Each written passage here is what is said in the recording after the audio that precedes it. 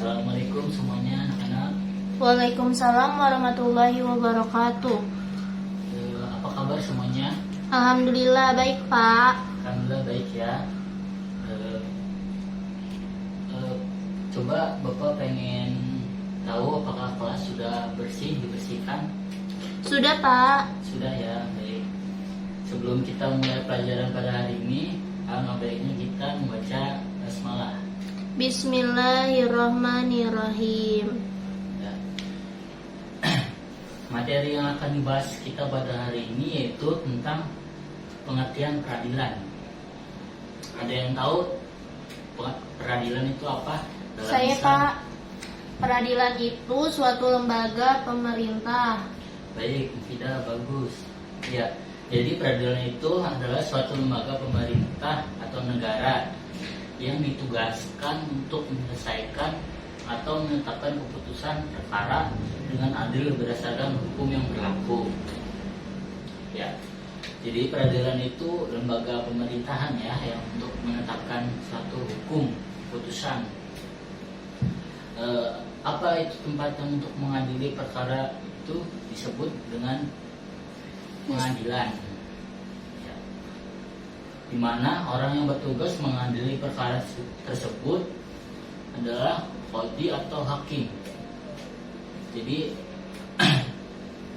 dalam pengadilan itu yang bertugas untuk menyelesaikan perkara itu sendiri adalah hakim. Ya.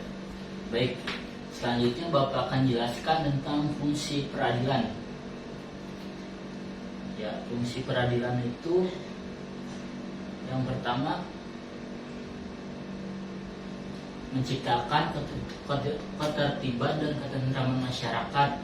Dalam artian peradilan itu menciptakan ketertiban dan ketentraman dalam masyarakat sehingga kita dalam kehidupan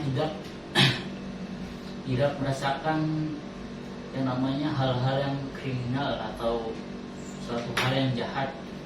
Yang kedua itu mewujudkan keadilan yang menyeluruh bagi seluruh lapisan masyarakat. Ya, jadi itu dibentuknya suatu peradilan itu untuk mewujudkan keadilan. Ya. Yang ketiga itu melindungi jiwa, harta dan kehormatan masyarakat. Selanjutnya yang keempat mengaplikasikan nilai-nilai amal ma'ruf dan munkar dengan menyampaikan hak-hak kepada siapapun yang berhak menerimanya dan menghargai orang-orang zalim dari tindakan aniaya yang akan mereka lakukan. Baik, selanjutnya yaitu hikmah peradilan. Apa saja sih hikmah peradilan itu, ada yang tahu? Mufidah? Terwujudnya keadilan bagi seluruh rakyat. Ya, benar. Di antara itu terwujudnya masyarakat yang bersih karena setiap orang yang terlindung dari haknya dengan peraturan-peraturan perundangan yang berlaku. Nah, jadi orang-orang kemasyarakatan itu dilindungi dengan hak perundangan-undangan yang berlaku. Yang kedua adalah terciptanya aparatur pemerintah yang bersih dan berwibawa karena masyarakat telah menjelma menjadi masyarakat bersih. Jadi hikmah dari peradilan itu agar pemerintah yang bersih dan berwibawa akan menjadikan masyarakat menjadi masyarakat yang bersih. Ya, seperti itu. Yang keempat, dapat mewujudkan suasana yang mendorong untuk meningkatkan ketakwaan kepada Allah Subhanahu wa taala bagi semua pihak. Jadi, ya, hikmah dari peradilan itu agar kita senantiasa bertakwa kepada Allah yang Maha Kuasa. Baik, selanjutnya kita akan masuk tentang hakim. Apa pengertian itu hakim? Ada yang tahu? Tidak? Orang yang diangkat pemerintah. Ya, baik. Jadi hakim itu orang yang diangkat pemerintah untuk menyelesaikan persengketaan dan memutuskan hukum suatu perkara dengan adil. Ya. Jadi hakim itu diutus pemerintah untuk memutuskan hukum sesuatu perkara yang adil dengan cara hakim sendiri tidak boleh bersebelah pihak. Baik, selanjutnya syarat-syarat hakim. Di sini ada beberapa syarat hakim. Yang pertama itu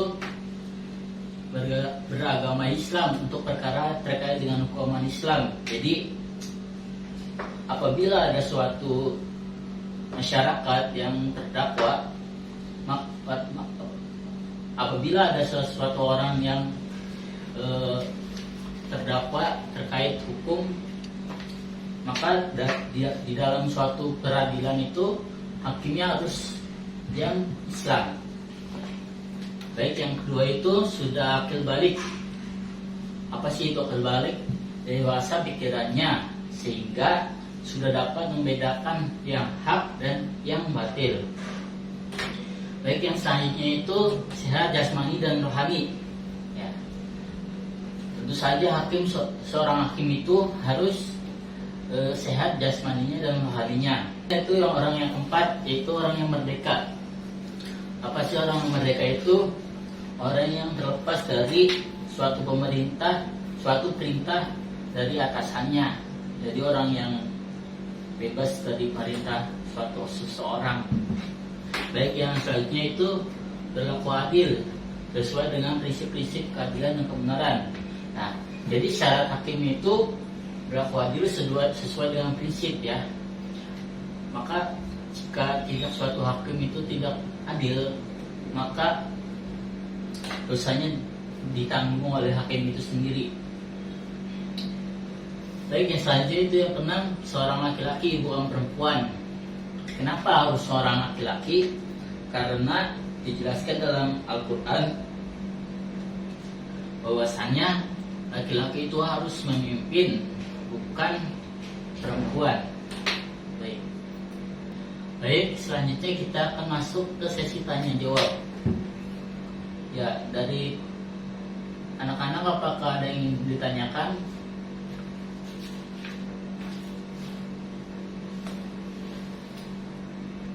Ya, apakah ada yang mau bertanya anak-anak? Saya, Pak. Ya, Mufidah, silakan. Apakah hakim boleh seorang perempuan? Baik, jawaban kamu bagus sekali.